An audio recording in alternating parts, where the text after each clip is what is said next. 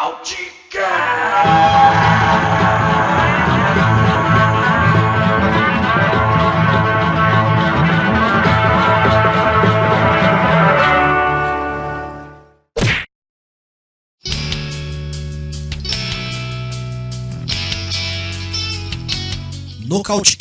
31, mais uma edição aqui do nosso bate-papo entre fãs de MMA falando do esporte que a gente mais gosta. E hoje a gente vem desse evento que aconteceu no final de semana, tá todo mundo empolgado com muita coisa que aconteceu de bacana. E antes de mais nada, eu quero apresentar meus amigos que estão aqui e o nosso convidado também. André G, diretamente de Minas Gerais. Fala aí, André, como anda o frio por aí? Tá complicado, viu, cara? Falar com você que a sensação aqui tá daquelas de que parece que tá geando dentro do meu quarto, cara. Tá feio aí, né? Tô tendo que gravar de meia calça e cobertor por cima. Ô, louco. Isso que eu tô na cadeira. Mas tudo certo, vamos lá, vamos falar mais um pouquinho. Evento maravilhoso que teve no final de semana. E hoje aí com um convidado mais que especial na casa, hein? Boa, vamos lá. Também aqui da nossa gangue, Léo Paz, mora aqui perto de casa, diretamente de São Paulo. Fala aí, Léo. Até que enfim você voltou, meu amigo. Ah, rapaz, um abraço aí pro André, pro nosso excelentíssimo Davi, né? Um boa noite aí pro nosso convidado. Cara, o pessoal quer de vez em quando marcar uns compromissos bem no meio do podcast e fica difícil de a gente participar, né, mano? Né? Aí não dá. Fazer o quê, né? Mas a gente se esforça aí pra poder falar umas groselhas aí pra galera. Boa, Léo. E o nosso convidado aqui, ó, jornalista, diretamente lá um dos colunistas do Sexto Round, Rodrigo Tanuri, meu amigo de longa data. Fala aí, Tanuri, beleza, meu amigo? Fala aí, Davizão, muito obrigado aí pelo convite. Boa noite aí, o André, pro Léo e pra todo mundo que tá escutando aí a gente. E, cara, é uma honra estar aqui com vocês e é mais animado do que nunca, né? Como vocês bem falaram, cara, um eventaço desse, não tem como a gente não ficar empolgado. O UFC 239, que rolou aí sábado, dia 6, T-Mobile Arena em Las Vegas, nos Estados Unidos. E foi um evento, pelo menos da minha parte, eu curti muito. Eu curti do meio do preliminar pra frente, eu não consegui chegar no comecinho do evento. Tanuri, aproveitando que você já tá aí, o que você achou pelo menos do card preliminar? O principal a gente vai falar bastante, mas o que você achou desse preliminar? Cara, isso é muito bom, né? Porque quando o card preliminar já tem vários destaques, a sua expectativa para o principal mesmo começa a ficar ainda mais empolvorosa. Então, assim, logo nas três preliminares mesmo, dois caras já se destacaram. É o Edmen Shahbazyan, um médio, tá até invicto, ele foi revelado ali no Contender Series, porque um dos programas do Dana White, né, para revelar talentos, Isso. Tirou o Jack Marshman pra nada em 1 minuto e 12. Sabe, é um cara que já vem com uma sequenciazinha de vitórias ali no UFC, tem 21 anos, falou que vai ser o campeão mais jovem da organização, isso aí a gente vai ter que ver, né, com calma.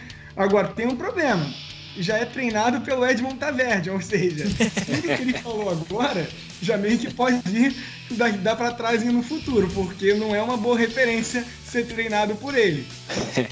Pô, né, não precisa nem falar, a hora que ele fez aí com a Honda, com o Travis Brown, né, a galera toda aí. Não, mas se ele for loiro e bonito, tá tudo certo. É. Mas é um cara bem jovem. Ele até é mais bonito completo. Aí começa a complicar, né?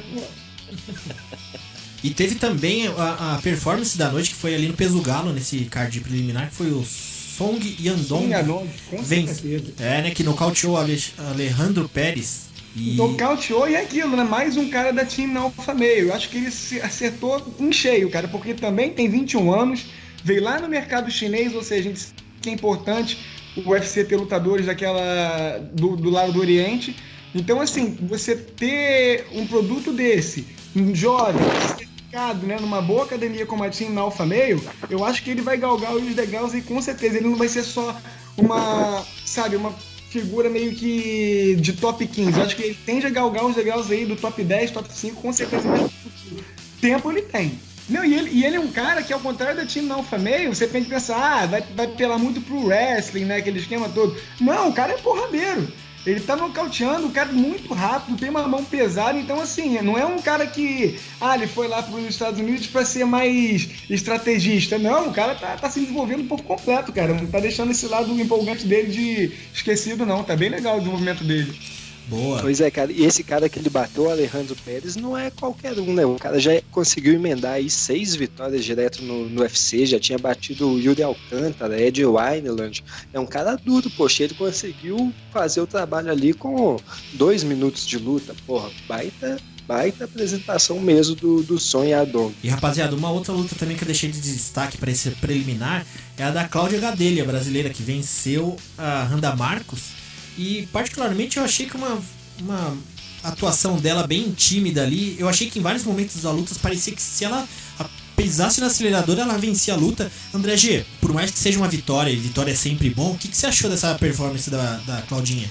Eu tô contigo, acho que foi uma performance meio que burocrática, ela que já vem aí de uma sequência, né, de atuações abaixo do que a gente espera dela. Acho que ali desde aquela derrota, né, da segunda derrota para Joana, ela já vem um pouco abaixo, luta com a Jéssica Andrade, Carla Esparza, aquela derrota para Nina Saroff, ela não vem se encontrando, e foi mais uma luta aí onde que ela passou bem abaixo do radar, não leva o nome dela novamente ali para o topo da categoria. Acho que ela vai ter que trabalhar bastante, mas é bom para pelo menos ela retomar confiança, né? Ver que ela ainda consegue bater algumas garotas duras aí dessa divisão, porque a Randa Marcos é sim uma garota dura, por mais que ela seja bem inconsistente. Davi? Oi. Cara, mas aqui, lembra daquele nosso papo? Vê se a galera concorda.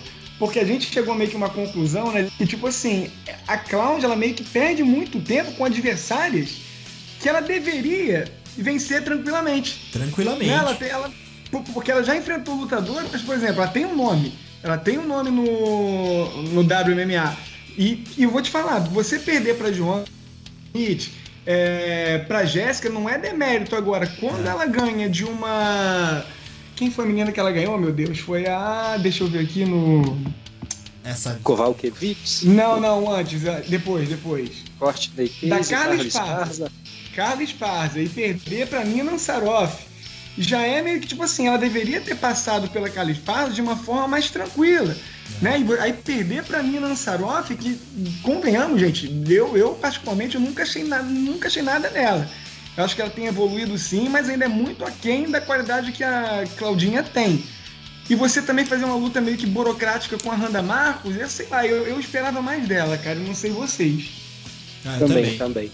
Bater uma 14ª da categoria do jeito que foi, eu acho o copo meio vazio. O que você acha, Léo? Então, mano, tudo isso que o pessoal tá falando, né, o André, a Nuri, é difícil certas coisas a gente também, né? Porque a Claudinha, ela já entrou no UFC com um puta de um nome.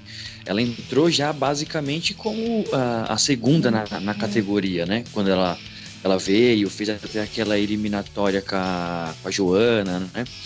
E hoje nós olhamos para ela como aquela mulher que sempre se impôs, que sempre conseguia colocar o jogo dela para frente, que tinha uma trocação muito afiada e também se virava muito bem no grappling. Eu tenho a impressão que o timing dela já tá passando. As lutadoras evoluíram e ela não necessariamente. Então eu acho que sempre que ela entra, eu acho que a gente tem uma expectativa por tudo aquilo que ela já fez que não está condizendo com o real momento dela. Eu acho que hoje ela não é mais incontestável. Ela é uma lutadora que, pelas últimas apresentações dela, tem se mostrado que é possível vencer ela, né? Porque, assim, de verdade, eu não lembro qual foi a última grande atuação dela, né? Talvez tenha sido contra a própria Jedrzejczyk, né, na revanche, talvez, né? Porque depois disso ela veio aí de sequências, mesmo de vitórias, muito abaixo daquilo que a gente espera. Então eu acho que o fio de evolução dela já virou, né? Eu acho que é uma expectativa da gente que a gente está colocando acima do que ela realmente está podendo fazer. Boa, rapaziada. Vamos seguir então agora pro card principal, onde a gente pode comentar de forma mais empolgada, porque tiveram lutas ali bem bacanas. Vou começar de baixo para cima, falando já do Diego Sanchez versus Michael Chiesa. Uma luta que eu tava comentando em off aqui com o Tanuri, que eu assim como o Tanuri, também sou fã do Diego Sanches pelo estilão dele. E a gente, né, e a gente comentou nos episódios passados, até o Gabriel Satter achou que o Michael Chiesa poderia finalizar o Diego Sanches. E rolou muito chão lá, só que o Diego Sanches, como ele nunca foi finalizado na carreira e ainda não foi a vez do Chiesa finalizar ele. Tanuri, o que você acha do rapaz Sanches e o que você achou da vitória do Michael Chiesa?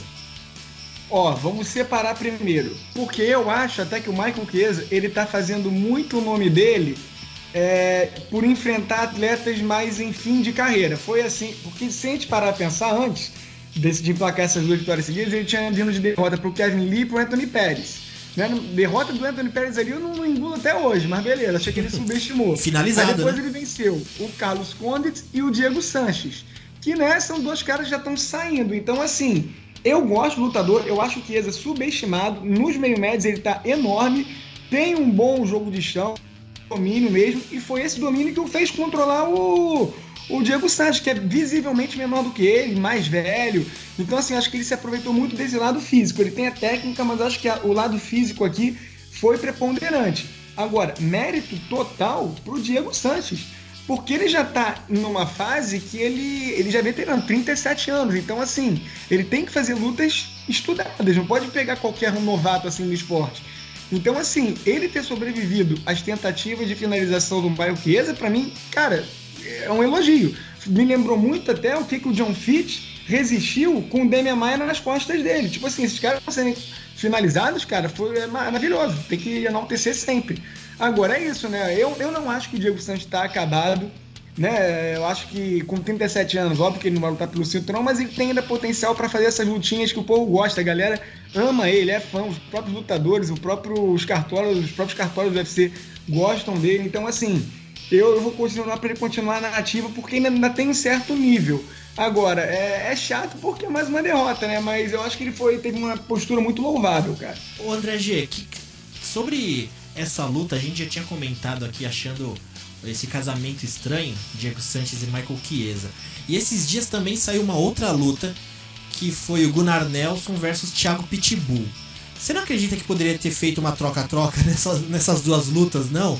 E Gunnar Nelson, Chiesa e Pitbull e Diego Sanches não seria mais bacana? 2 lendas, 2 caras já meio que indo pro final de carreira e 2 caras que poderiam se enfrentar mesmo. É meio estranho esses casamentos, né, que rolaram. Tô contigo 100%, cara. Parece que eles estão colocando lutadores de bom nível contra lutadores de nome para fazer ali uma escada e um lance assim muito forçado, uma coisa assim que não dá mesmo pra entender, né? Estão colocando os caras de nome pra ser boi de piranha. Mesma coisa que fizeram aí recentemente com o BJ Penn, né, cara? Fizeram agora também com o Gilbert Melendez, né? Um cara novinho. Coisa maluca que o UFC tem feito recentemente. Teve muita questão do orgulho também, viu? Eu acho que o Michael Chiesa, ele até poderia ter finalizado essa via rápida, mas ele quis finalizar, né, mostrar que no jiu-jitsu ele se sobressair, acho que por isso que foi pra decisão. Mas ele teve chance aí de finalizar aí por TKO e acho que ele desperdiçou ela. E pelo menos essa luta, por mais que rolou bastante jiu-jitsu, né, Tanuri? Pelo menos os caras, quando tinham espaço, batia também, né?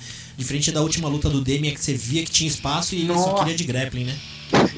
Um saco, cara, um saco. Aquela luta ali foi pra... Com certeza, a luta do Demian pra mim foi uma das mais chatas, cara, porque ainda digo mais. O que significou pra mim é que ele, a partir dessa luta, ele vai ter uma dificuldade com essa galera que não é tão do topo assim, né? Porque ele não fez nada, cara. Ficou grudando no cara, beleza, mas não teve aquela passada, não teve ameaça. Então, assim, ganhou no território, mas nada por levar perigo. Então, tem que tomar cuidado. Acho que tá bem claro o momento dele pra mim, que é o descenso, né, digamos assim. Boa. Vamos para a luta seguinte, então, que rolou pelo meio pesado de Jan Blachowicz, que pegou Luke Rockhold estreando a categoria dos meio pesados, que ele subiu dos médios, né? E Léo Paz, o Rockhold, que gosta de desfilar na passarela, sempre entrando de salto alto no octógono, né? Mais uma vez caiu do salto, né? Cara, eu não sei se já é uma questão minha com ele, de lutas anteriores, mas eu tenho aquela na encarada que ele dá aquela olhada medida, de baixo pra cima. Eu já imaginei ali que ele perdeu a luta ali, cara. Eu tenho essa impressão. Eu posso estar julgando ele por tudo aquilo que ele já fez anterior e tal. Eu posso estar sendo um preconceito meu pra com esse homem, né, de lataria extremamente bonita. Mas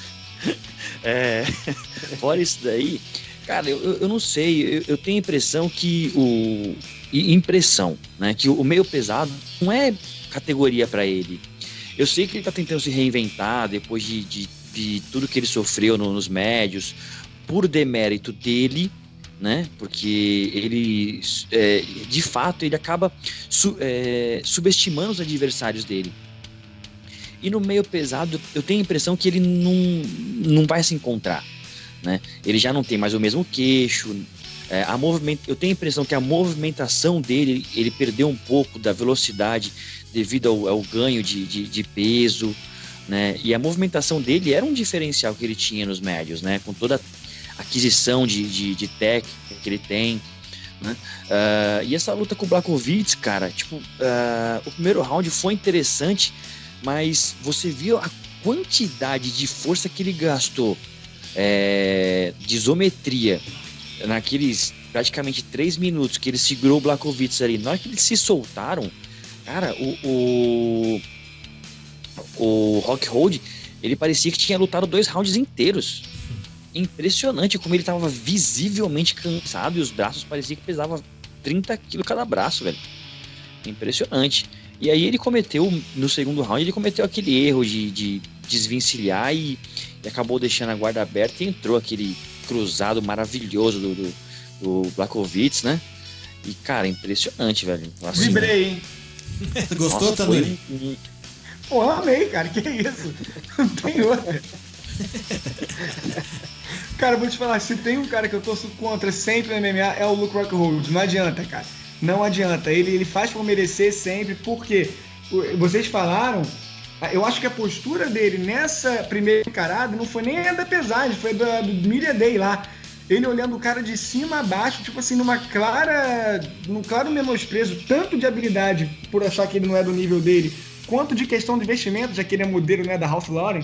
Então, assim, eu acho que daí... E o cara tava muito grande, ou seja, ele devia estar achando que ele ia subir, ia ser o rei da cocada preta lá. Já tinha falado, né, que a categoria não era boa, que ele ia vencer e já ia querer enfrentar o John Jones. Já tinha jurado o John Jones antes de estrear, olha só. Então, assim, caiu do salto de uma tal forma que eu acho que é sempre bonito, cara. E ele, vou te falar, eu acho que é o 4º nocaute que ele sofre no UFC e é o 4º nocaute que ele sofre de forma estilosa. Porque ele foi pego pelo Vitor Belfort, foi pego pelo Michael Bisping, foi pego pelo Leon Romero e agora contra o Blachowicz. Ou seja, o que ele tá esperando mais? Sabe? Tá tudo indicando pra ele que ele tem que mudar essa postura, de que a arrogância não leva ele a lugar nenhum. Até porque é um cara que é muito bom de chute, é muito bom de jiu-jitsu, sabe derrubar. Agora, com as mãos, já se provou que tem uma certa deficiência ali. E o queixo dele não é bom, né? Ou seja, ele vai pra uma categoria de cima que só tem brutamonte, e se ele não consegue quedar com aquele queixo dele, é isso que vai acontecer. O Jan Blachowicz, pra mim, ele nada mais é do que um porteiro. É um cara que tem valor, mas ele é um porteiro. Se o Luke Rockhold, ele já ficou nesse cara, como é que vai ficar a autoestima dele sabendo que ele até tinha ameaçado o John Jones? Não sei como é que ele volta, não. Tomara que se ele voltar, ele continue agindo assim pra brindar a gente com mais nocautes sofridos, porque eu vou comemorar cada um que ele sofreu, vou te falar, viu? E André G, a gente tá falando tanto do queixo do Rockhold e agora ficou mais complicado, né? Porque ele quebrou o queixo na luta mais uma vez, né? Pois é, cara, outra vez que ele sai aí com a lesão no maxilar. O cara tá indo numa sequência, já acho que é o 3º nocaute em 4 lutas. Na luta que ele venceu, ele levou knockdown também pro David Branch. Então, assim, tá vindo bem baleado nas últimas lutas. É coisa dele já começar a pensar na saúde, porque ser nocauteado direto assim, e somente com nocaute brutal da maneira como tá sendo, isso não vai fazer muito bem para a saúde dele no longo prazo, não. Poxa, tá certo que a gente até gosta de ver ele tomando esses nocautes, mas, pô, o cara tem que pensar aí na família, porque ele não vai ser essa belezura aí pro resto da vida, não. O Dana assinou com essa possibilidade. Na coletiva lá, ele falou que ele gostaria de dar o Rock Road e ele é aposentado. Olha só, hein? O cara nem é tão velho assim, né? Olha só o que tá acontecendo. Ele tá ele tá com esse problema no maxilar, ele tem um problema na perna que ele entrou na luta, né? Parecia um tensor, assim, mas teve uma hora que baixou ali, que você via um curativo. Alguém sabe o que é aquilo? Aquelas lesões de luta mesmo, né? Não, aquele tipo de coisa lá é inflamação muscular. Você pode ver que tem muito atleta usando aquele tipo de kinésio, aquele tipo de colagem, porque é permitido, né, nos esportes. Uhum. Então você usa aquilo para poder fazer como se fosse um estímulo nas fibras musculares para poder liberar endorfina e aliviar a dor. Boa. Nada como uma opinião especializada, né? Chegou dando aula. Isso aí. Então, pô, eu trabalho com isso, né, pô? Então. Então vamos lá, rapaziada. Seguindo aqui em frente. Essa luta vai ser muito complicada a gente falar, porque ela teve um desfecho tão bizarro, bizarro no sentido que ninguém esperava essa luta na categoria dos médios, Jorge Masvidal versus Ben Askren, acontecer em 5 segundos. Bem difícil de comentar uma luta dessa, né, Tanuri? O Jorge Masvidal ainda postou, eu não sei se foi ele ou foi o treinador dele que postou um trecho de um treinamento dele dando aquela joelhada, e nada como o pessoal fala de sorte, né? Depois provaram onde estava a sorte dele lá no treinamento, né, Tanuri? Rapaz, assustador, hein? Assustador, porque se a gente parar, realmente ele estava treinando isso, e tem uma câmera do UFC que, assim, ele foi vindo de slow motion, né? Isso mostrou o Ben Askren se aproximando. Cara, quando o Roger Masvidal percebeu que ele ia abaixar, ele já pulou meio que tipo com um sorriso na cara, ou seja, ele sabia que aquilo ali ia ser totalmente ótimo pra ele. Uhum.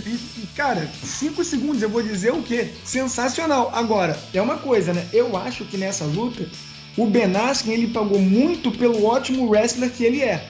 Porque a gente sabe o que ele vai fazer, ele vai quedar. Só que eu acho que nessa ele se precipitou, porque ele já foi de muito longe, já fazendo um movimento de queda.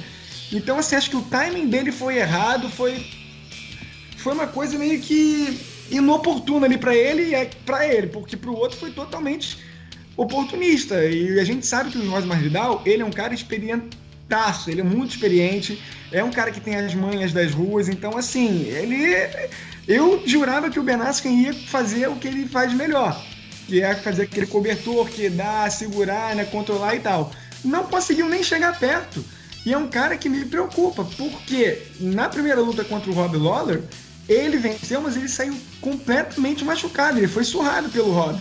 E agora já toma um pancadão desse que, cara, eu não sei como é que vai ser a autoestima dele, porque era um rival. Você perder para um rival sem tocar nele em 5 segundos, o nocaute mais rápido da história deve ser sinistro, né? Sinistro. Porra. Ô André G, dentro disso que o Tanuri falou, da sensação de você não ter tido uma luta, né? Você começou a luta, levou um golpe, ele nem viu o golpe entrar.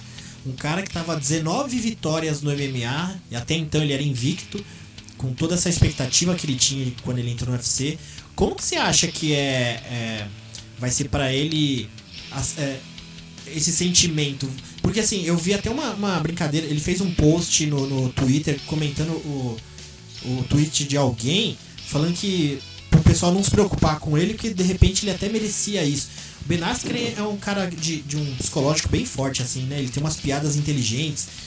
E será que você acha que ele pode aceitar bem isso? Eu sei que hoje à tarde teve a entrevista dele com o Ariel Helwani, mas eu não cheguei a ver nada. Como que você acha que pode ser a aceitação de uma situação dessa, André?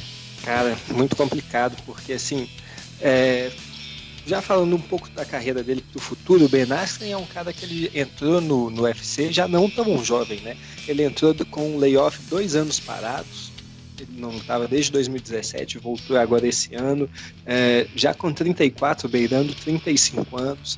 A gente viu ali na luta contra o Rob Lawler que ele já não estava num ritmo tão bom de luta, tanto é que ele já começou a luta ali tomando um atropelo do Rob Lawler, sabe-se lá como ele conseguiu arrancar aquela finalização. Muita gente acha até que ele não finalizou, né, que foi um presente do juiz. E nessa segunda luta ele já começa assim, levando mais um baque de realidade um nocaute em 2 segundos, ele já estava ali sem nem saber o que estava acontecendo, né? Os outros 3 foi só para o juiz chegar e parar a luta, porque Exatamente. com 2 segundos ele já estava morto. Já. Então, assim, eu já não acredito mais que ele consiga chegar a fazer uma corrida pelo cinturão. Não acredito mais que ele consiga isso, até porque ele precisaria de uma sequência de 2, 3 vitórias, e numa categoria com tantos matadores assim, acho muito difícil. Mas ele ainda continua sendo um lutador de altíssimo nível, tem um wrestling fenomenal, acho que com os casamentos corretos, acho que ele consegue sim recobrar a confiança. Ele é um cara com um psicológico muito forte, né? Um cara que compete aí há 20 anos da vida dele, quase 30 anos, né? Que ele compete desde da infância no wrestling. Então acho que uma vitória já é o suficiente para ele recobrar a confiança. Agora, tomara que na próxima luta casem ele com alguém que faça grappling, né? Casa ele com alguém que não vai oferecer mais um perigo dele tomar um nocautaço desse assim com 1 minuto, porque aí é pedir pra queimar aí um cara que custou tão alto, né? Já que custou o melhor lutador da história pra colocar ele aí no UFC. Léo Paz, então a gente falando de Masvidal também, Gabriel Satter vai explicar melhor na coluna dele sobre o matchmaker qual vai ser o futuro do Masvidal, mas falando dele como campeão da luta, é impressionante a virada que ele deu na carreira, né? Ele ficou um tempo parado da luta, né? Ele participou de um reality show, eu não lembro sobre o que era, um reality fora, voltou, nocauteou Darren Till, agora veio, fez isso que fez, deu um giro de 360 graus na carreira, né, Léo? Exato, né? Ele sempre foi um lutador muito valoroso, né? Muito aguerrido, mas nunca ninguém esperava, assim, que ele apresentasse o que ele tem feito nas 2 últimas lutas, né? Sempre era um cara que todo mundo sabia que ia demonstrar muita dificuldade para vencer dele, que iam ter que cortar um dobrado para vencer dele, mas essas 2 últimas lutas, a luta contra o Darren, né, que ele nocauteou, né, e fez um jogo muito interessante para anular o tamanho, né, do Darren Till, que é um cara gigantesco pro meio médio, né, e nessa luta que assim não teve luta, ele foi extremamente inteligente em analisar o jogo e no primeiro golpe acabou a luta, né? É difícil dizer aí o que aconteceria se não houvesse nocaute, né? Mas a gente tem que valorizar a inteligência dele e da equipe de ele fazer aquele golpe para finalizar a luta, né? Então acho que assim, o Masvidal, ele é um cara que mostrou aí a tenacidade e a capacidade para estar onde está. Agora, se ele de fato tem que ser encarado como um top 5 ou coisa do gênero, eu ainda acho difícil, né? Mas é que essa categoria, você pega, sei lá, o top 30 dessa categoria aí é muito sinistra. É muita gente de qualidade, é muita gente boa mesmo. Coisa boba, mas acho que é uma coisa que a gente já tinha falado sobre isso em algum outro evento, algum outro programa, a gente já tinha falado sobre isso, mas é uma coisa que eu acho assim, bem legal da gente notar, que esse ano a gente está tendo muito nocaute com o jogador em entrada de queda. Exatamente. A gente teve agora essa com o Ben Askren, mas a gente já teve aí com o Aaron Pico, né, na última luta dele pelo Bellator. Ele entrou numa dessa, estava dominando a luta, né, contra o Adam Borics e acabou levando uma joelhada dessa. A gente teve isso no One UFC, o Martin Nguyen, que é grande lutador, também conseguiu uma dessas numa luta, acho que por cinturão lá no One UFC. A gente teve no PFL uma luta que acabou também, acho que em coisa de 15, 20 segundos. Então a gente está tendo em diversos grandes eventos lutas terminando da mesma maneira, que é essa joelhada em entrada de queda. Acho que é muito difícil acabar o ano e um nocaute desse não ser o principal do ano, porque está acontecendo bastante. É verdade, você falou, eu lembrei que a gente tinha comentado que com a entrada, essa quantidade de entrada de wrestlers no UFC, no MMA, automaticamente também aumentou o número de nocaute com essa joelhada, não foi, André? Que a gente comentou exatamente isso, né? Exatamente, cara, e tá acontecendo muito mesmo, direto a gente tá vendo aí alguém sendo pego numa entrada assim, meio, a pessoa entra ali de maneira meio que sem muito preparo e acaba levando uma dessa. Eu acabei de olhar aqui, a do PFL foi com 10 segundos, essa daí com 5 segundos, tá acontecendo direto, alguém tá dando essa bobeira e tá levando um joelhaço na cara. Ô Tanuri, a gente, dentro desse tópico que a gente tá falando, eu particularmente, assim, o wrestling tá vindo de caminhão pro UFC, os russos estão chegando de monte. Eu particularmente não vejo tanta gama de possibilidades que o wrestling possibilita no MMA, né? Tipo, claro que é um fator muito importante na luta, né? Que o pessoal costuma dizer que é quem decide onde a luta vai acontecer, se ou em pé ou no chão. Mas assim, com relação ao estilo de luta, eu vejo uma gama meio limitada, diferente do que eu vejo no jiu-jitsu, das possibilidades que o jiu-jitsu proporciona, tanto de costas pro chão, como por cima, enfim. Então MMA não é uma coisa de você usar simplesmente um estilo de luta. A gente tem um diferencial aí que é um fora de série, que é o Khabib, que dificilmente a gente consegue ver alguém fazendo o que o Khabib Nurmagomedov faz, né, Tanuri? Como que você acha que você acha do wrestling, da forma que ele tá chegando no MMA, nessa quantidade que ele tá chegando?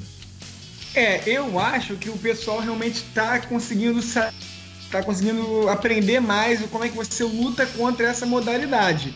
Já não, eu ainda, se eu fosse lutador, eu ainda escolheria aprender wrestling. Se eu fosse um lutador unidimensional, eu ainda preferiria optar pelo wrestling.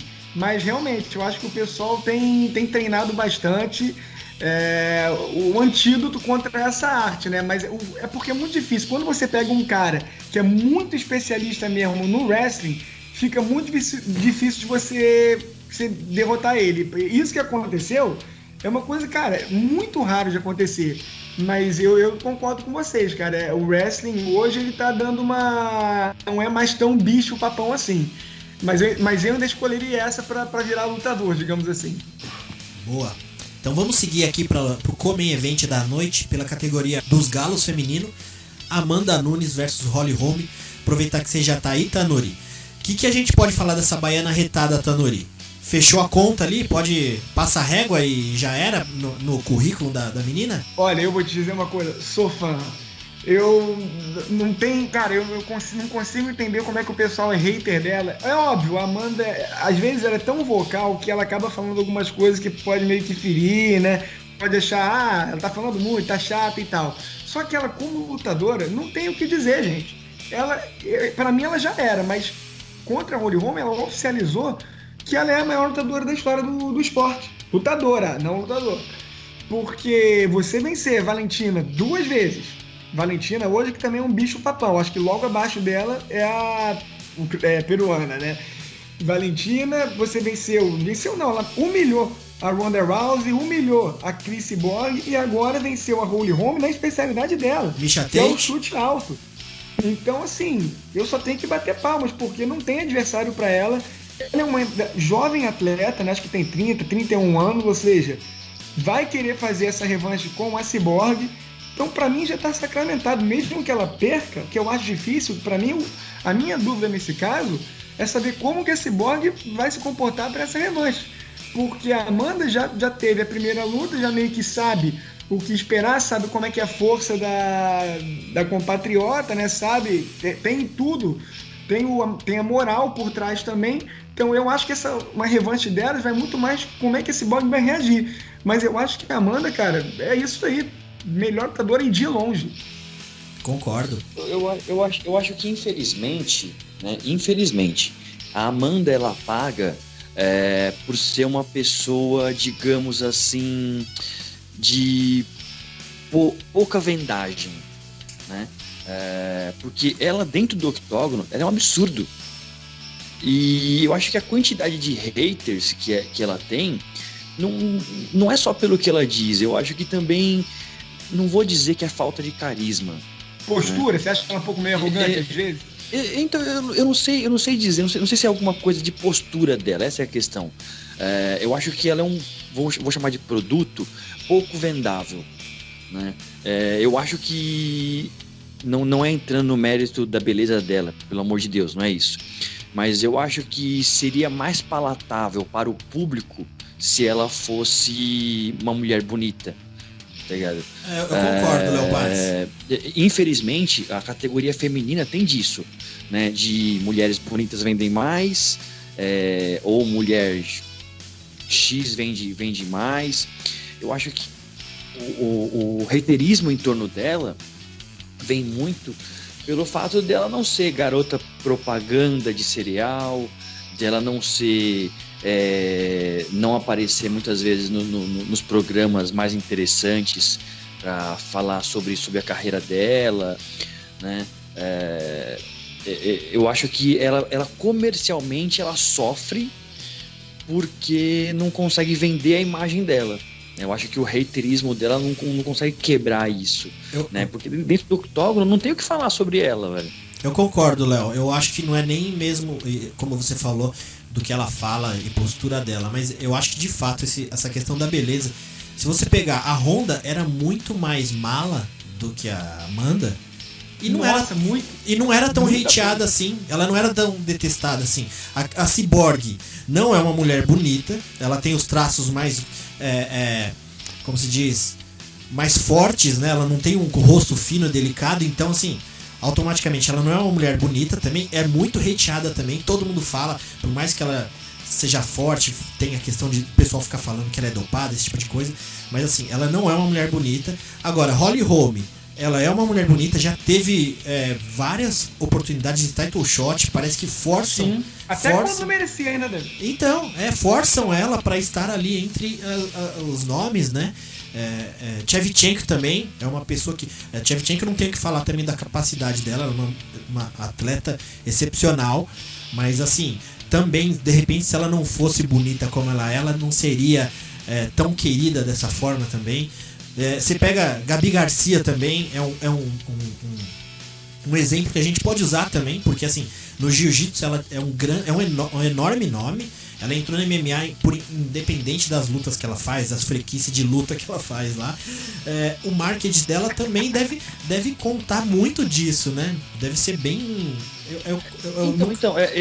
Eu vejo um pouco da Amanda, é óbvio que salvo comparações, tá, gente?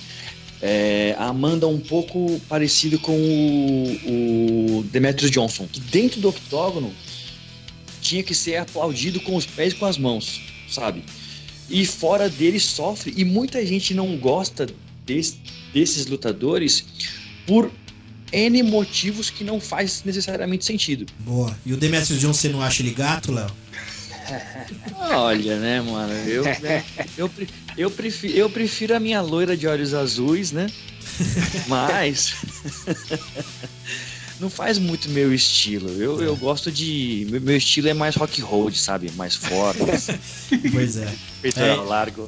Essa questão da Amanda também. Eu posso dar uma palavra nessa discussão aí. Eu acho que muito, mas realmente do motivo das pessoas não terem uma aversão, né, das pessoas terem essa aversão pela Amanda é pelo fato dela ser casada com uma outra mulher. Pode ser também tem. E isso é responsável por uma grande parte do haterismo que ela recebe, porque as pessoas são preconceituosas. Exatamente. Ainda mais num esporte como o MMA. André, mas assim, e ela nem é uma pessoa que levanta a bandeira, né? Ela não é aquela que defende causa, que não sei o que. Você vê que ela participa. Eu sou fã, que nem o Tanuri falou, também eu sou fã da Amanda. Eu acompanho as redes sociais dela. Eu vejo que às vezes ela participa de uma ou outra coisa, mas ela não é alguma coisa que ela levanta uma bandeira e coloca frases pra defender alguma coisa. Ela é bem na dela, sabe? Ela e o relacionamento dela com a Nina é bem na dela. Então assim, é meio que o pessoal cria uma desculpa pra hatear mesmo, né?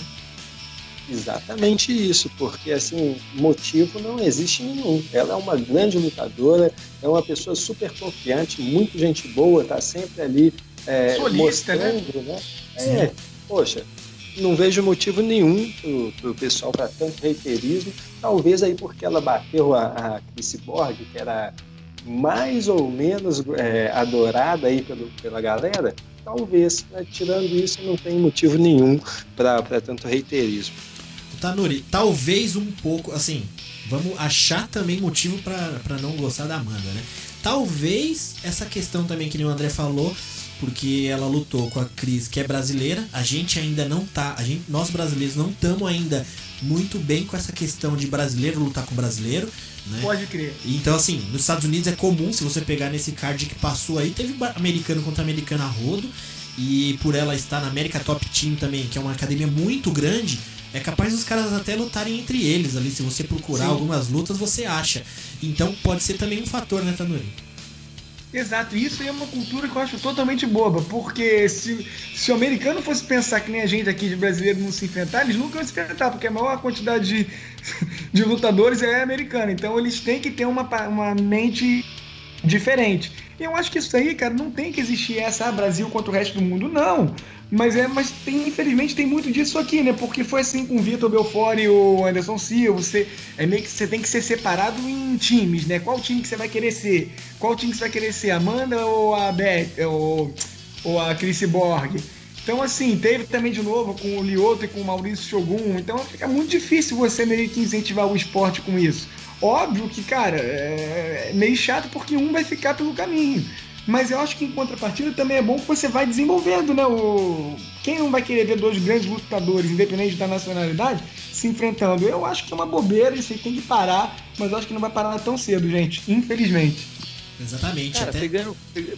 pegando um gancho assim, desculpa interromper, Davi, essa questão que você falou, cara, eu tenho a impressão que o que vai faltar pra Amanda ser olhada de outra maneira é um Sonnen na vida dela, é um McGregor na vida dela. Tem que pegar uma mulher daquelas que fale pra caramba. Que fale e fala assim, vou pegar a sua mulher, vou invadir sua casa e roubar sua esposa. Porque o brasileiro, ele quer defender, quer né, olhar.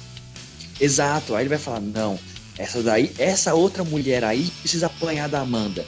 Essa mulher aí precisa que tome um socão na boca. E aí eu acho que a Amanda, vindo desse heroísmo que o brasileiro procura nos atletas, e faz uma luta assim, daquela que vai, vamos dizer assim, uma luta à la Marreta. Exato, sabe? Que fala assim, nossa, agora essa daí mostrou o que é sangue brasileiro.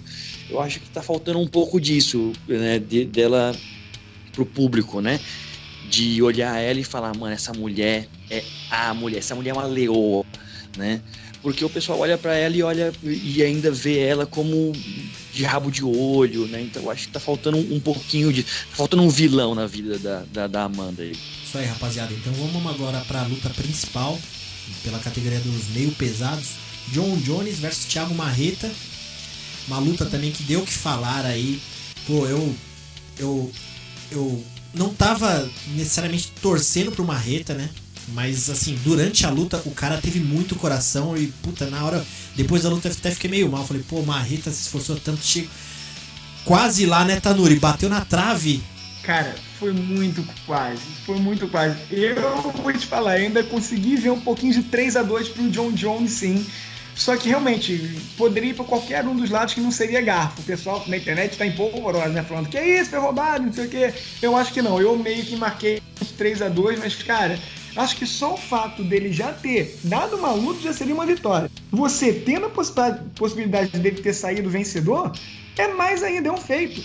Porque, se eu não me engano, foi o Marreta, ele foi o primeiro, olha só, o primeiro homem que levou o John Jones a vencer por decisão dividida. Nem o Gustafsson tinha feito até então. Pois é. E ele chegou, até o combate meio que revelou, que ele lutou lesionado depois de ter feito uma operação no joelho e se lesionou durante a luta, ou seja... Quem me garante que ele 100%, ele não conseguiria vencer, de fato? Pois é. Porque a gente viu o John Jones, cara, eu acho que aí tem um pouco das duas coisas isso aí. O Marreta lutou muito bem, ele não respeitou. Eu até achava que ele tinha que meio que fazer uma estratégia suicida, né? Não se portar muito como o Anthony Smith se portou antes. de ser um cara passivo lá, esperando, não desferiu nada para um cara agressivo como é que ele era, ficou até feio. O Marreta estava cauteloso, mas ele estava atacando sim. Né? Sempre que o John Jones vinha, ele dava aquela metralhada, aquela blitz. E o John Jones não estava conseguindo o quê? Adequar o jogo. Teve um sufoco aí. Teve muito pisão, né? Aqueles pisões sempre são perigosos e sempre pontuam. Mas é aquilo, foi uma má atuação do John Jones também. Então acho que foi mérito total. Não temeu, é muito mérito isso de você não, porque você vê vários lutadores veteranos, quando você enfrenta o maior de todos os tempos ali, o pessoal se diminui, ele não consegue lidar. E o Marreta tirou isso de letra, então acho que numa revanche, cara, acho que vai ser sensacional. Ficou até triste do Dana White meio que ter falado que pra ele o John Jones venceu claramente e que o Marreta não mereceria uma revanche agora. Pô, que luta ele viu. Porque pra mim foi uma luta equilibrada pra caramba, e ele falando isso, ele meio que menospreza totalmente o brasileiro, que pelo contrário deveria ser aplaudido de pé até por ele. Exatamente. E eu falei esse negócio que eu não tava necessariamente torcendo pro Marreta. Teve até um rapaz do escritório lá que perguntou, né? Mas você quer que o John Jones ganhe? Aí eu falei, cara, eu quero que o John Jones perca um dia, mas que chegue um lutador que você fala, mano, olha esse cara que vai lutar com o John Jones. Alguém à altura, sabe? Porque eu tava ainda olhando o Marreta com aquela visão que a gente olhava o Anthony Smith. Enfim, todo esse claro. Pessoal que ainda está por vir ainda na categoria, que provavelmente vai pegar o John Jones. Então eu tava olhando o Marreta assim, pô, eu não queria eu quero que o John Jones perca, mas eu quero um lutador que venha melhor que o John Jones. Mas assim, o Marreta, ele demonstrou uma inteligência na luta ali, que agora eu quero ver uma revanche, sabe? Eu quero ver essa luta, assim, a próxima. Então, já mudou a minha ideia, porque assim, o Marreta deixou o coração lá dentro do octógono. E André G, o Jones, ele deu uma declaração que ele falou que ele meio que quis se provar ali contra um striker, né? Só que ele já imaginou que numa próxima luta ele não vai usar a mesma estratégia. E assim, por mais que a gente viu que ele em pé, a gente fica pensando que nem o Tanuri falou dessa lesão do Marreta, que saiu agora à tarde, né? Falando que ele rompeu todos os ligamentos da perna esquerda, se eu não me engano, e zoou mais a perna direita também. Assim, deu uma zoada legal. É até meio preocupante, a gente pode comentar daqui a pouco. Mas assim, a caixa de ferramentas do Jones só foi usada pela metade ali, né? O Marreta deu tudo dele. Então assim, pode ser que seja o que aconteceu com o Gustafsson, que teve a grande luta, a primeira entre o John Jones. Na segunda, o John Jones veio com uma estratégia no começo da luta, falou, já lutei em pé o que eu tinha que lutar com você, agora eu vou mostrar uma outra fase uma outra face do meu jogo, né? E André G, você acha que dentro de uma possível segunda luta, você acha que pode acontecer completamente diferente do que rolou? Cara, assim, com certeza uma segunda luta seria completamente diferente. O Jones, ele é um cara que ele aprende muito facilmente com as situações de luta, geralmente ele se adapta muito bem às situações de luta e ele mostra que ele consegue voltar geralmente ainda melhor para suas revanches, né? E contra um lutador, contra o Marreta, que eu acredito que ele já fez nessa luta a atuação da vida dele, eu acho que sim, o Jones ele conseguiria realmente implantar aí uma outra estratégia, um outro plano de jogo que fosse mais vantajoso para ele. Agora, eu não sei, sinceramente, eu não vejo o Jones tendo muito sucesso no clinch. Nessa luta ele já ficou aí meio receoso de entrar na curta distância aí com o Marreta. O Marreta conseguiu rechaçar todas as tentativas dele aí de entrar na curta distância, já tira um baita arsenal de quedas dele, né? Que ele tem muitas quedas ali do clinch, da grade. Isso já tira, né? Coloca ele só para fazer quedas ali da média distância, da longa distância. Então eu não sei muito bem como seria, mas ele é um cara, é um craque, né? Ele com certeza conseguiria achar sim uma maneira de terminar essa luta de uma maneira mais rápida, em 1 ou 2 rounds, que era o que a gente esperava já essa luta, né? Ainda bem que não aconteceu dessa vez e a gente pôde ver aí o Jones mais uma vez sendo colocado aí no hall dos mortais, né? Um feito, igual o Tanuri falou, um feito sensacional do Marreta, só dele ter conseguido da luta, de ser o primeiro lutador a conseguir vencer o John Jones por pelo menos um juiz, isso já é incrível. Para mim ele já ele já fez aí o grande feito da carreira dele, o grande feito da vida dele. Ainda mais com uma lesão dessa que ele sofreu. Ele rompeu todos os ligamentos da perna, machucou o menisco, tá tudo fodido na perna dele, na perna esquerda. Eu já não sei se ele consegue também voltar no mesmo nível de atuação, né? Agora é torcer aí para que ele volte bem, consiga novamente se estabelecer aí na divisão e quem sabe aí daqui a 1 ou 2 anos fazer uma nova revanche, que seria bem legal. Boa, André G, durante esse evento eu tava fazendo uma live lá no canal do Zé Augusto, no canal Nocaute, e eu confesso que durante a luta eu tava acompanhando e tava acho que tinha umas 3 mil pessoas ao vivo no canal, né, tipo a gente fazendo comentário durante a luta. Então, assim, eu fiquei assistindo a luta e eu ficava vendo o comentário do pessoal. Na hora, assim, eu fiquei muito na dúvida. Na hora eu falei, pô, eu daria vitória pro Marreta. Só que a gente imaginando que, principalmente em disputa de cinturão, assim, pra ir pra decisão, você tem que ganhar bem, né, do campeão. No momento ali, eu não assisti a luta de novo. Eu quero assistir de novo pra eu ter uma segunda opinião, né. Vários sites deram pro Marreta também, teve até, acho que foi o MMA Junk que deu todos os rounds pro Jones, se não me engano também, alguma coisa assim. E André, o que você achou da luta? Você achou que o John Jones ganhou mesmo? Sim, achei que foi uma luta 3 rounds a 2, o segundo ali do Marreta, os 3 últimos do John Jones. Ali no quarto e o quinto rounds eles acabaram sendo um pouco mais difíceis, um pouco mais complicados de se marcar, porque já era ali onde o Marreta estava bem lesionado, aquela perna estava incomodando muito, e aí quando o Jones chegava perto ele soltava muito golpe para poder afastar o Jones dele, só que aqueles golpes eram no ar, então dava uma sensação de que ele estava sendo ofensivo, de que ele estava levando as ações da luta, ele que estava tomando a iniciativa, mas na verdade ele estava só jogando um monte de golpe no ar para o John Jones não chegar perto, né? Era aquele clássico, né? O ataque é a melhor defesa, era isso que ele estava fazendo. Então isso acabou confundindo um pouco ali, atrapalhando um pouco essa marcação, mas o John Jones era quem acabou acertando os melhores golpes, era ele que acabou conectando mais golpes, mesmo jogando menos golpes aí durante esses 2 rounds. Então eu achei até tranquilo de marcar para o John e uma vitória para ele de 3-2, mas compreendo aí que também marcou 3 rounds a 2 para o Thiago Marreta. Boa. Fala, Batano aí. Não, e só para enaltecer a trajetória do Marreta, né? Porque se a gente parar pra pensar, ele é um cara que já tem 35 anos, né? Já não sei como é que seria a volta dele, mas, cara, ele saiu do TUF Brasil como um dos piores lutadores, não só do TUF Brasil, mas como todas as edições internacionais também. Né? Saiu como um freak, a gente meio que ficava duvidando se ele conseguiria se manter no UFC. E aí, cara, ele se transformou nisso pra ser o cara que mais chegou perto de vencer o maior de todos os tempos. Olha que transformação. Em contrapartida, o John Jones, cara, eu acho que já não é de hoje que ele tem que se preocupar. Óbvio que ele continua um cara fora de série, por isso que ele vence mesmo lutando mal. Só que ele já lutou mal contra o Vincent Pro, né, naquele retorno dele por causa daquele doping, aqueles problemas todos extra-campo. Só que ele é um cara que faz tanta besteira fora do octógono que aí o pessoal odeia ele como pessoa. Mas ele lutando mal, né, lutando de forma passiva, meio que apática, não mostrando tudo que ele pode oferecer, ele vai começar a ser odiado também como lutador. Como muitas vezes o Josh Perry foi criticado, pô, o cara sabe tudo e vence meio de uma forma, né, só em luta chata.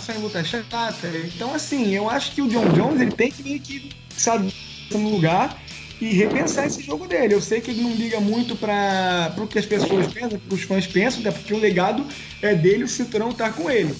Mas é meio que chato isso, né? Porque uma vez que você enfrenta adversários, como até que a gente falou da Claudinha Gadelha, adversários ali que são até meio que, teoricamente, de nível mais baixo, ele não tem que vencer, ele tem que vencer e impressionar. E não tá sendo isso que ele tá fazendo, ele só tá vencendo.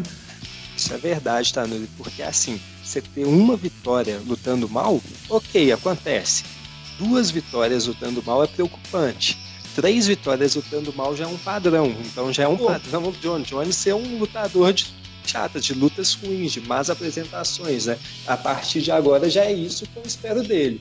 Já não espero mais que ele seja aquele lutador brilhante que vai acertar uma camelada na cabeça do Daniel Cormier. Porque assim, gente, se você. Ó, e olha só outra coisa que ele tá fazendo pro futuro.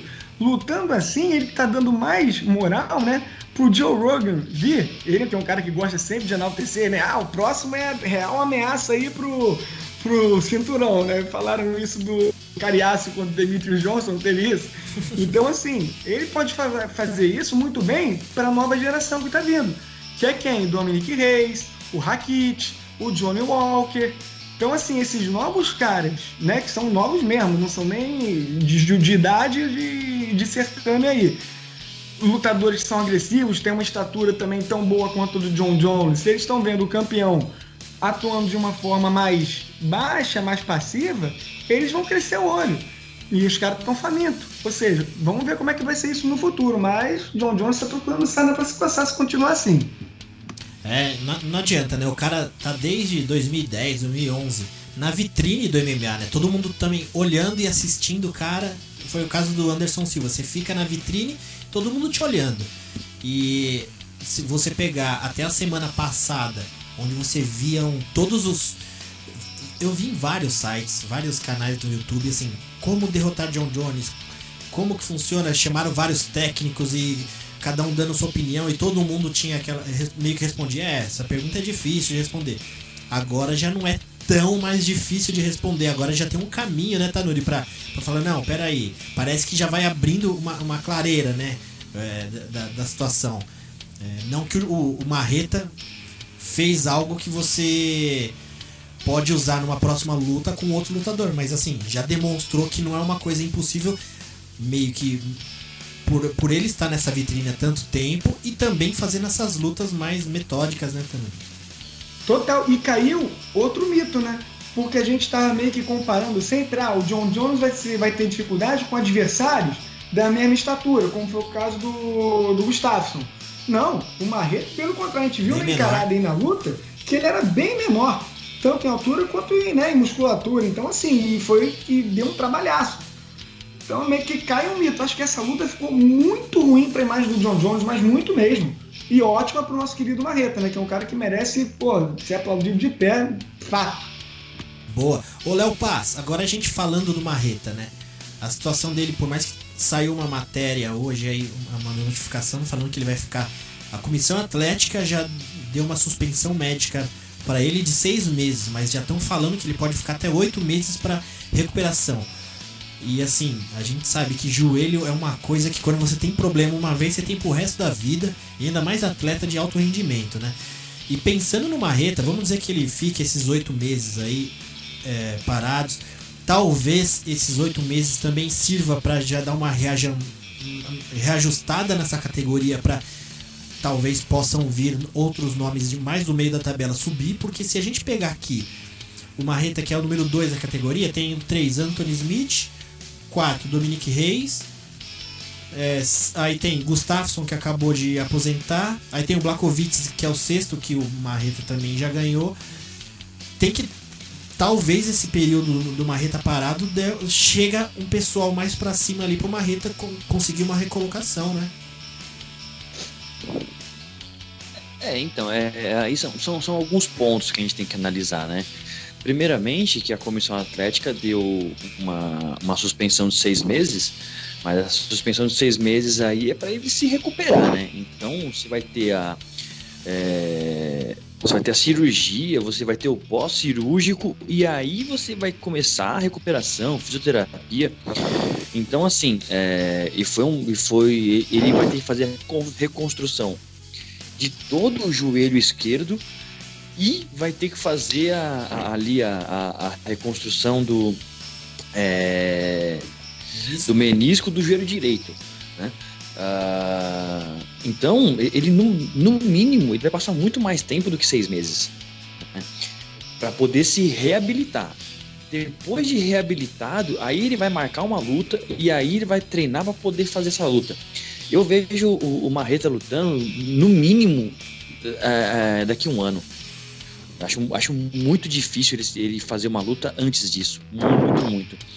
E nesse período, querendo ou não, outros lutadores vão crescer aí no certame. Por mais que o Marreta tenha saído enorme, gigantesco dessa luta, ele não é um cara que tá na boca do povo, né? Principalmente dos americanos, vamos dizer assim.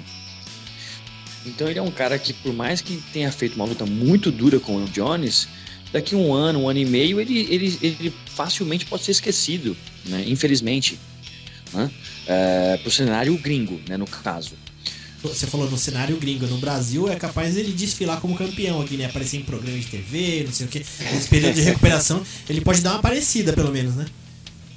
Ah, não, agora ele vai ser garoto propaganda. Bom, já tava sendo garoto propaganda do combate, né? Pelo amor de Deus, marretada no preço, né? Tava demais. Verdade.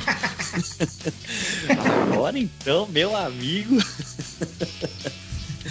Olha, impressionante, não, mas assim, e pra nós aqui ele é merecido, mas infelizmente lá fora, não necessariamente ele vai ser o número 2 incontestável. Você vai ter outros lutadores chegando aí e por mais que ele ficou grande, essa lesão arrebentou o esquema dele, né? O que a minha visão ele tem agora é um passaporte de boa colocação, né? Ele voltando, ele pegando por mais que ele pegue aí um meio pesado ali, da nona colocação de quem tiver, ele já vai ficar muito bem cotado ali em primeiro ou em segundo, só fazendo essa luta de volta, né? Que ele vai ter sempre essa cartada de trunfo aí de que, né, deu trabalho pro Jones, né, com os 2 joelhos bichados, né?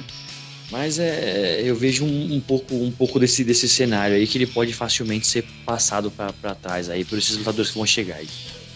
Olha, eu vou te dizer que esse 1 ano e meio, numa categoria que tem aí um cara vindo com 3 vitórias consecutivas, e esse camarada tá bestando 25 horas por dia, 8 dias por semana, vou te falar que um ano é tempo demais. Tá? Agora Anderson tá aí chegando, vai ser o campeão quando o Marreta voltar, porque até lá vai passar 2 anos na vida do Corey Anderson. Em 1 ano vai passar 2. O matchmaker da casa. Olá, meus amigos do Nocautecast. Aqui é o Gabriel Sarter com o casamento de lutas da semana. Depois da vitória do Jon Jones no UFC 239 no último final de semana, qual é o futuro do Jon Jones?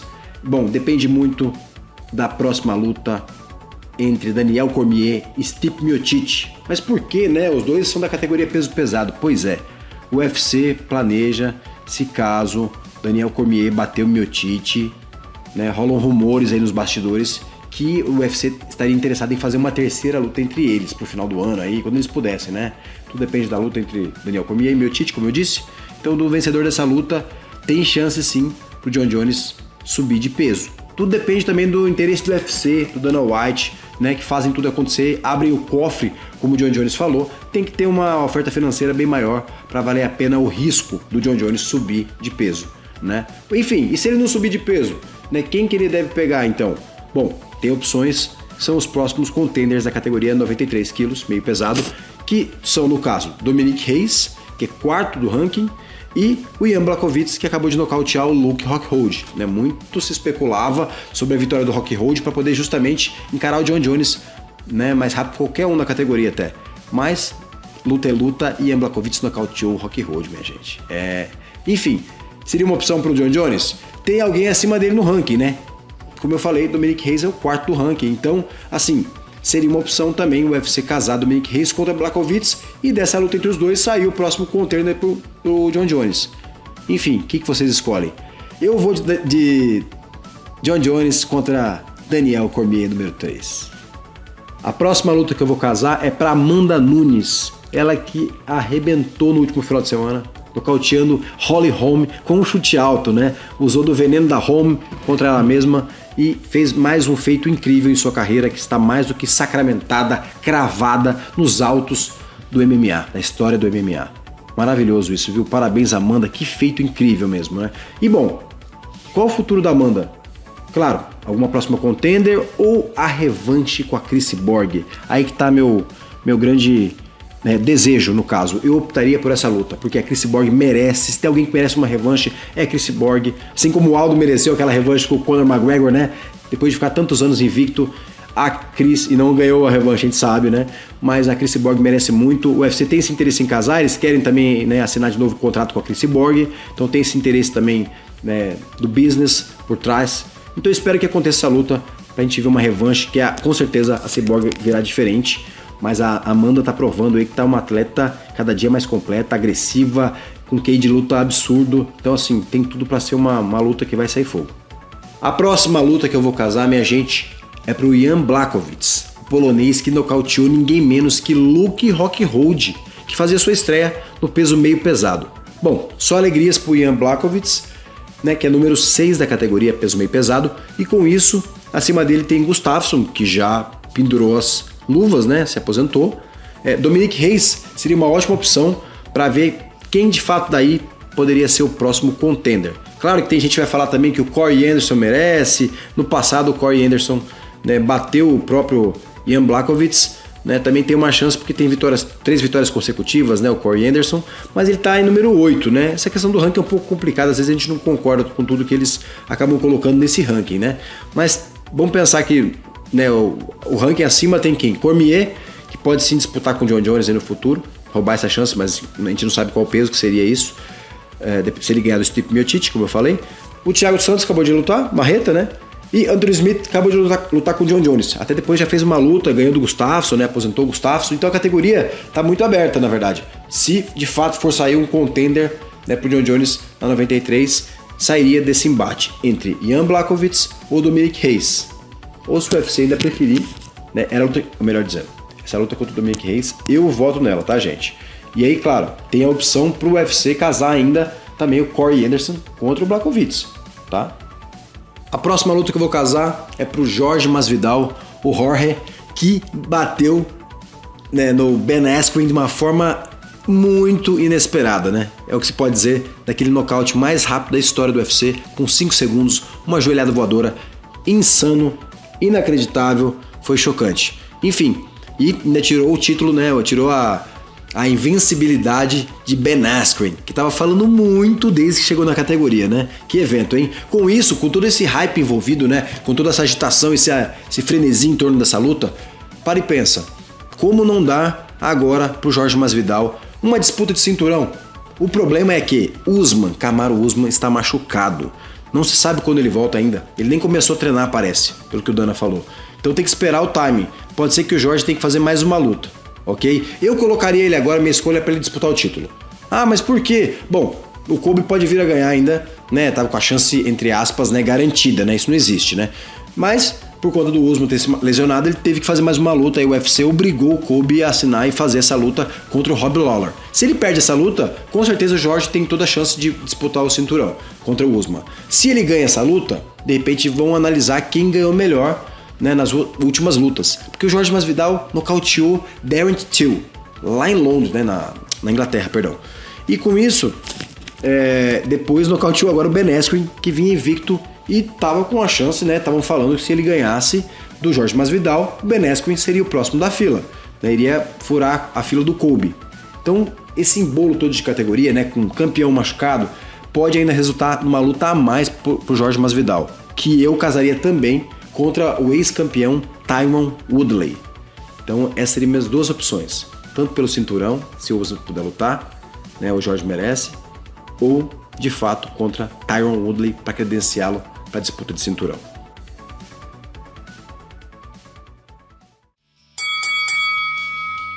O UFC Sacramento vai rolar agora dia 13/7 na Califórnia, que vai ser a Derrandami versus Aspen Ladd. Um evento que eu tava olhando no card aqui, cara. Putz, a gente pode até comentar de uma forma mais rápida, porque não tem... Eu não sei por que eles montaram esse card dessa maneira. Tem alguns lutadores locais, assim, interessantes. Pode ser que ele traga, assim, se você quiser dar uma apostada nesse evento, acreditar nele, pode ser que ele traga alguma coisa de bacana, mas no papel aqui eu não gostei. Você viu esse card, Tanuri? O que você achou? Cara, vi sim, e já tô até meio que chateado porque eu tô revendo ele aqui. E uma das lutas que eu mais queria ver acabou de cair. Qual? Porque era Beneil Dariush contra o Drakkar Klose. E eu tô vendo que o Beneil saiu, ou seja, então ainda tá definindo quem vai ser o adversário do Drakkar Klose. Ou seja, um dos grande, mas uma luta atrativa de um card meio que limitado, meio que pobre, já não vai ter mais. Ou seja, eu tô aqui também vendo lá embaixo, lá no card preliminar, quem volta é a Juliana Penha, né? Vai enfrentar Nico Montanho. E vai ter Darren Elkins contra o Ryan Hall, aquele rapaz que finalizou o BJ Penn de uma forma maravilhosa e até um quanto inusitada pro BJ, né? Sendo um craque do jeito que ele é no jiu-jitsu. Então, assim, essas duas meio que... e tem o André Fili contra o Sheamus Moraes também. Essa é bacana. São lutinhas assim, gente, nada de muito grande mesmo. No card preliminar é isso. No card principal, acho que vocês vão pensar aí mais destaques aí, mas nada de...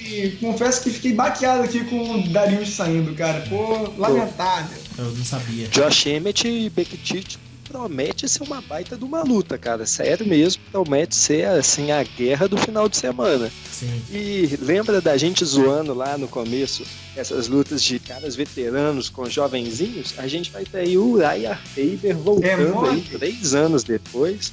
Pegar o Rick Simon, molecão.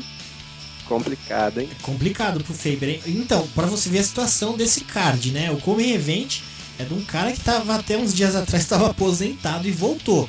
Eu acho que o Faber ficou sabendo que vai ser na Califórnia, no quintal dele ali, já falou, putz, empolgou, vai pegar o Rick Simon. O que você acha do Rick Simon, André? Eu não vejo uma possibilidade de performance boa pro Faber, né? Nossa, de jeito nenhum. O Rick Simon é um dínamo, o cara é um maluco, cara. Você vai colocar aí um moleque de 26 anos, forte pra caramba, né, que consegue colocar uma baita de uma pressão pra lutar com o Uriah Faber, que tá 3 anos parado e já tava com uma decrescente.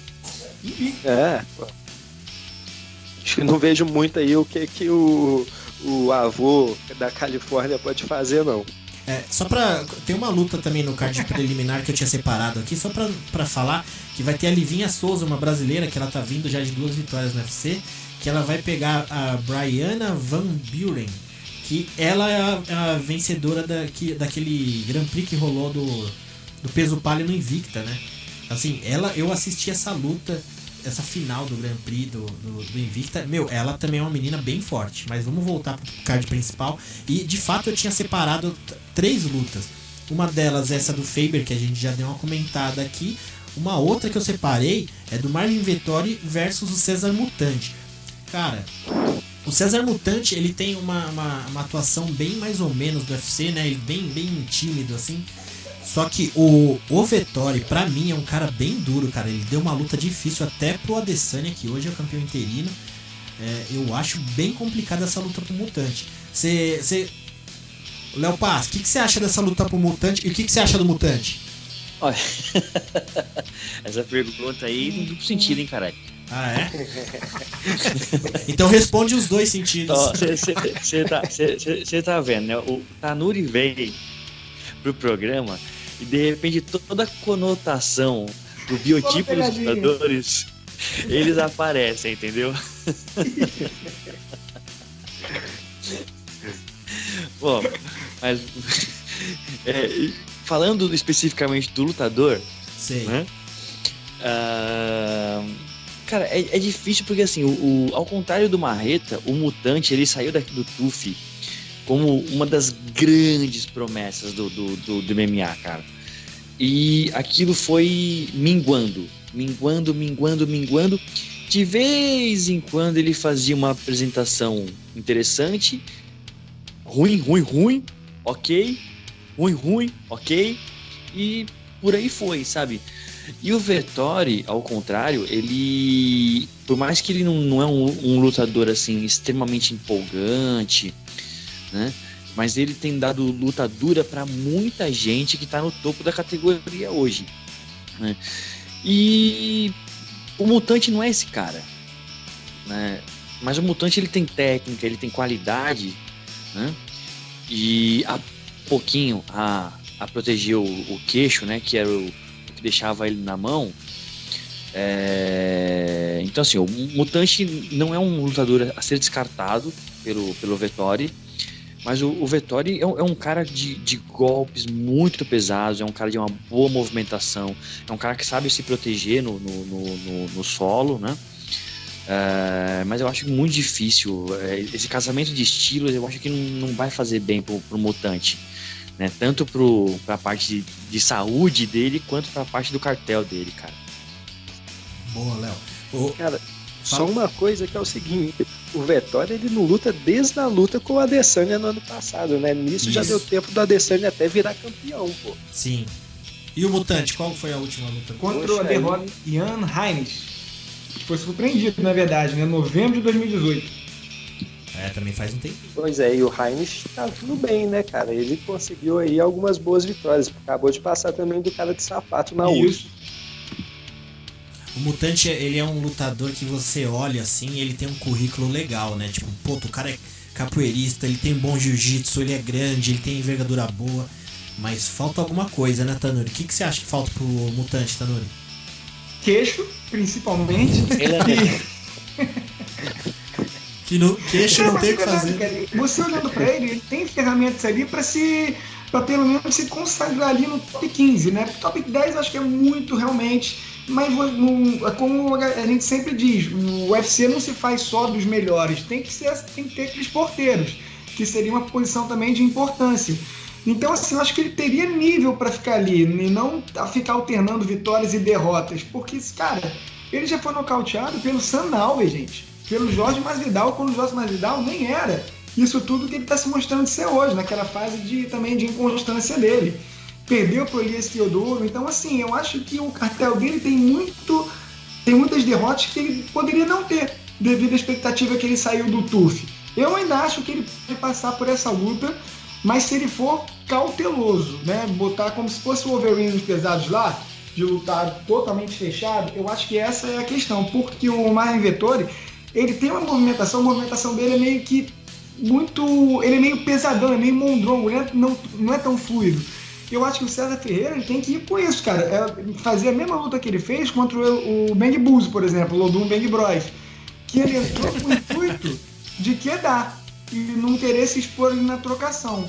Então, ele lutando de forma inteligente, aproveitando, né, do grappling dele e da força física, acho que ele consegue meio que passar por isso, mas realmente não vai ser fácil não. Eu não espero uma luta fácil pra ele, infelizmente, cara. Não queria dizer isso, mas eu ainda vou nele, mas é meio que realmente a tendência é que fique um 55-45 aí essa luta pro outro adversário. Boa. Então vamos agora pra luta principal da noite, pela categoria dos galos femininos. Vai ter a Germaine de Randamie, que também faz um tempo que não luta, vai encarar a Aspen Ladd, que é uma menina que tá vindo aí também, já fazendo um barulho na categoria. E a de Randamie, eu tava dando uma olhada aqui, ela também faz desde outubro de 2018 que ela não luta, mas tá vindo de pelo menos uma série de 4 vitórias ali. Ganhou da Raquel. E parece que ficou mais tempo parado, né? Parece que ficou mais, né, Tanuri? É porque eu não sei se a gente tem aquela sensação de que quando ela deu aquela corrida Total. A gente fica com aquela sensação que ela deu uma corrida, né? Foi da Cyborg, né? Na disputa de cinturão. Não. Isso. Foi de isso mesmo. Ficou muito mal visto. Ficou muito feio pra ela. Mas entre aquela luta da Home e essa última luta dela, ela ficou 1 ano e 8 meses sem lutar, né? Ela lutou no começo de 2017 e veio lutar agora no final de 2018. Parece que já tem 2 anos que ela não luta. Cara, eu acho muito bizarro isso de lutador, que o cara fica tipo 1 ano parado. Claro que não é fácil, né? Não é tipo, vou lutar amanhã e o cara luta, mas como os caras se bancam, né? Tipo, ainda mais no UFC, que você tem que se matar pra conseguir patrocinador, que o patrocinador não pode contar com exposição na semana da luta ou durante o evento. Nem é tão conhecido, né? Porque se fosse uma lutadora, né? Os lutadores aí com status, eles até conseguem sim. Exato. Agora, a Germaine de Randamie, cara, e olha que curioso. Ela agiu assim muito por causa dessa derrota que ela tem. Ela só perdeu pra Amanda Nunes no UFC. Olha que coisa, hein? Olha que coisa. Ô, Tanuri, eu tô pensando aqui naquela lógica que a gente tava falando da hateada da Amanda. No país da de Randamie, você acha que ela é bem vista ou mal vista pela beleza dela? Sacanagem, né? A gente... bem pensado, totalmente freak, cara, olha... Não, é muita maldade. Enfim, também, e ela que vai encarar uma menina aí que tá vindo no UFC muito bem, já tá com 3 vitórias, uma sequência de 3 vitórias, e 2 delas foram por TKO. A Aspen Ladd tá invicta no MMA, 8 vitórias, tudo bem que assim, a categoria feminina ainda ela tem um diferencial da masculina, que pelo menos no meu ponto de vista, que assim, 8 vitórias ainda não necessariamente demonstram uma lutadora que, com grande experiência. Né? Porque é um esporte relativamente novo dentro, tipo, é uma categoria nova, né? A categoria feminina é uma coisa nova ainda no MMA. E assim, um lutador 8-0 no MMA não é nada ainda, né? Muito pouco. E na categoria feminina já é uma lutadora que você já começa a olhar diferente, ó. Pô, ela tá invicta, 8 lutas. Ela veio do Invicta, não querendo confundir as duas palavras, mas ela vem do campeonato lá do Invicta, que ela já vem de lá, veio pro UFC com 3 vitórias. Ô, Tanuri, o que você acha dessa luta? A Aspen Ladd passa a de Randamie? Cara, olha, eu vou torcer, sabia? Não é só por esse histórico feio que a Randamie atraiu pra ela, mas eu acho que tem a questão da idade. Eu acho que a Aspen Ladd, ela é uma lutadora que a longo prazo ela pode vir a ser, sim, uma grande figura no MMA feminino. É simpática, é uma queridinha, né? Então, até com medo da Germaine de Randamie botar em prática o Muay Thai dela, que é de alto nível, e danificar a lataria da minha querida Aspen Ladd. Mas eu acho que assim, tem ela, por ser meio que meiguinha assim, feminina, que eu tô vendo aqui o cartel dela, até que ela conseguiu ir bem contra adversárias mais corpulentas que ela, porque ela enfrentou recentemente a Cijara Eubanks, né, que porra, é um caminhão, a Tonya Evinger e a Alina Lensberg, ou seja, são meninas ali que, sabe, mais pesadas, tem um porte físico mais avantajado um pouquinho, e conseguiu ir bem. Então, assim, eu acho que nesse caso, eu acho que o ritmo de luta e a jovialidade dela fazer aí a balança pender pro lado dela. Eu vou então de Aspen Ladd e torcendo para isso. Boa. Léo Paz, algum comentário sobre essa luta? Enquanto o Léo não fala, eu só tenho a dizer que a Aspen Ladd não vai ter problema nenhum no país dela quanto à beleza. Isso aí eu tenho certeza. Ao menos uma. Tô meio dívido mudo aqui. Manda, Léo. Então, cara, eu tô exatamente com a galera, sabe? Engraçado que essa impressão que vocês comentaram do tempo de que a Randamie esteve parada é muito impressionante. Parece que ela fez aquela corrida, ela venceu aquela luta, ganhou o cinturão, arregou pra Cyborg e nunca mais lutou. Parece que a carreira dela é isso, sabe? E não é assim, e ela é uma boa lutadora. Né? Essa luta eu espero uma luta bem interessante. A Ladd tá vindo numa sequência bem legal, né? Tem se mostrado uma lutadora bem interessante aí tanto na trocação quanto no jogo de grappling, né? Ela ainda não é uma lutadora assim completamente consolidada, mas eu acho que vai ser uma luta bem interessante, levando em consideração ainda que a Randamie, por mais que ela já tenha aí um cartel interessante, dividir o octógono com outras grandes lutadoras, ela não tem tido sequência, né? Então eu acho que as duas estão ali em pé de igualdade. E por mais que esse card não seja assim tão interessante, é justamente esses cards não interessantes que entregam muita coisa legal, cara. Né? Então tem umas lutas interessantes aí. E eu até espero aí um quebra-pau aí dessa luta principal feminina aí. Eu tô meio esperançoso, cara. E engraçado que assim, a Randamie, a gente tá falando dessa má vontade dela. E, pô, má vontade nem precisa estar aqui, né? Se não tá com boa vontade. Mas é curioso assim, ela perdeu essa disputa de cinturão com a Cyborg. Ela venceu a Holly Holm nesse meio do caminho, que disputou o cinturão anteontem, no sábado, pra você ver o quanto que a Randamie tá moscando, né? É engraçado, né? Se todo lutador quer lutar pra galgar um cinturão, a Randamie parece que vai na contramão. Não sei qual que é a dela. e ela perdeu para Amanda Nunes, ou seja, se ela tivesse um exercício de futurologia, ela jamais ia Nunes, né? Porque naquela época tudo bem que a Amanda não era isso tudo. Imagina se essa luta é casada hoje. Ia ser mais feia ainda a corrida dela. A Amanda não era isso tudo, mas mesmo assim deu um sal nela, porque foi um TKO lá que ela deu um ground and pound violento. A Randemi, acho que talvez nessa época aí ela já começou a repensar, falou, pô, a Amanda fez o que fez, depois a Cyborg jamais. No entanto que na época era The Randemi, que a Cyborg fez uma brincadeira, né, tipo, correu de mim, alguma coisa assim. Foi bizarro. The Run From Me. Mas enfim, rapaziada, acho que esse evento até que a gente falou bastante dele, considerando o card. Eu vou assistir, até dando levantando esse ponto também de card. O UFC também anunciou já as lutas pro segundo semestre. Vai ter luta a rodo também, vai seguir o mesmo exemplo desse primeiro semestre. Vai ter, todo final de semana vai ter um evento. Eu não notei aqui, eu não vi ainda se vai ter algum que vai faltar, mas provavelmente tem um ou outro que não tem evento, mas assim, vai ser uma sequência frenética. E em novembro vai ter aqui no Ibirapuera, também aqui em São Paulo. Pelo menos foi o único evento que eles anunciaram no Brasil. Mas é isso aí, rapaziada, a gente falou bastante. Vamos finalizando por aqui, vou agradecer meus amigos. André G, muito obrigado, meu amigo, por mais uma participação. Foi eu que agradeço, muito bom trocar esse papo com vocês.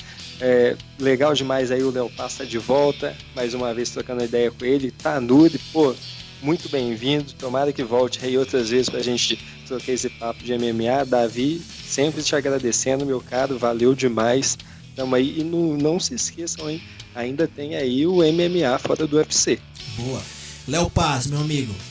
Ó, semana que vem, então, já deixa anotado pra você também aparecer, hein? E muito obrigado por mais um episódio. Cara, eu que agradeço aí ao Davizão, né, por sempre fazer o convite, né, pra gente dar essas horas de falar bobagem aí, né?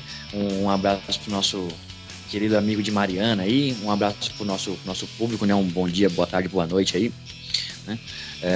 Agradecer ao excelentíssimo, né, Tanuri, né, que, né, tá vindo aí de um outro escalão de pessoas nobres. Que isso, pô? De um programa consolidado, né, pra poder ajudar os amigos aí.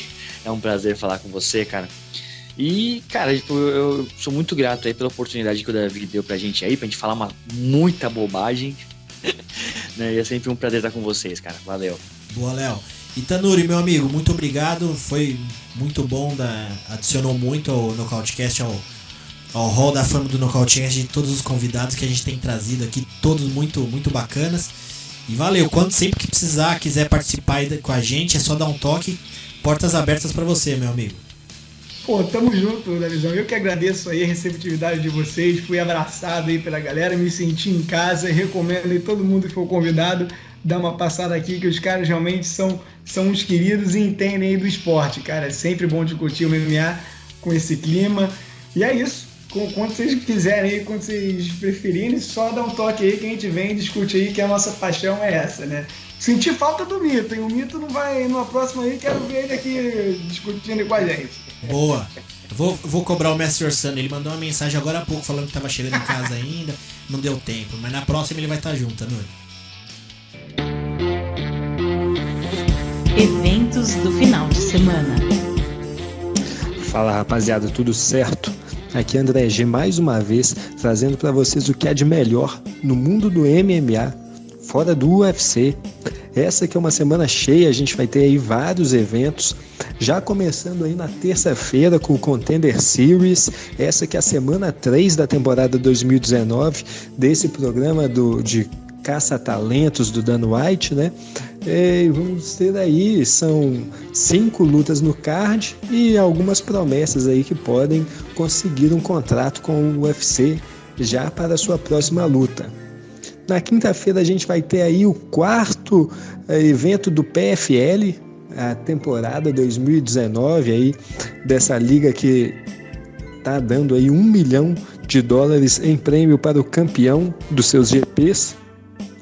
Esse que vai ser um evento aí que vai mesclar, né, os pesos meio médios masculinos junto aí com os pesos penas femininos, né? Tendo então a Kayla Harrison, que é a grande estrela feminina aí da companhia, e também vamos ter aí o atual campeão, né, do peso meio médio, o Magomed Kerimov, fazendo aí a sua segunda luta na temporada 2019 do PFL. A gente aí vai ter também alguns lutadores brasileiros, o Glaico França, né, o Anderson Boidoido, o João Zefirino e alguns outros lutadores já conhecidos, né? Também tem a Larissa Pacheco, o Sad Bussi, alguns lutadores já conhecidos aí do pessoal fazendo parte desse card do PFL. A gente vai ter também, né, o One Championship. Também na sexta-feira agora, mais um card do One FC, vai ter aí a Angela Lee, lutadora assim, extremamente conhecida, né, já fazendo muito sucesso lá fora, né, lá na Ásia. Ela que é irmã aí do Christian Lee, estava invicta até sua última luta e agora tenta voltar aí, né, do seu primeiro revés contra a as do jiu-jitsu, a Michelle Nicolini, aí, que lá vai para a sua 8ª luta como profissional do MMA. A gente ainda vai ter o Evsting, Daishiabe, né, alguns lutadores conhecidos aí nesse evento do One Championship na sexta-feira, certo? Vamos ter também o LFA 71, evento que traz aí o Jason Jackson lutando contra o brasileiro Júnior Marques na luta principal aí pelo cinturão peso meio médio do evento, né? O Jason Jackson, que já teve passagem aí pelo Contender Series no ano passado não, em 2017, também teve passagens pelo Bellator e vem fazendo aí um belo caminho. Quem sabe ele pode logo pintar aí também no UFC. O Júnior Marques, né, ele é um lutador aí que fez todo o seu cartel aqui no Brasil e agora está aí para a sua primeira luta no exterior, justamente aí já uma luta pelo título no LFA. Esse evento que ainda vai ter na luta principal o Demarcus Johnson contra o Emerson Toco Souza, também outro brasileiro aí, marcando aí sua presença no LFA 71.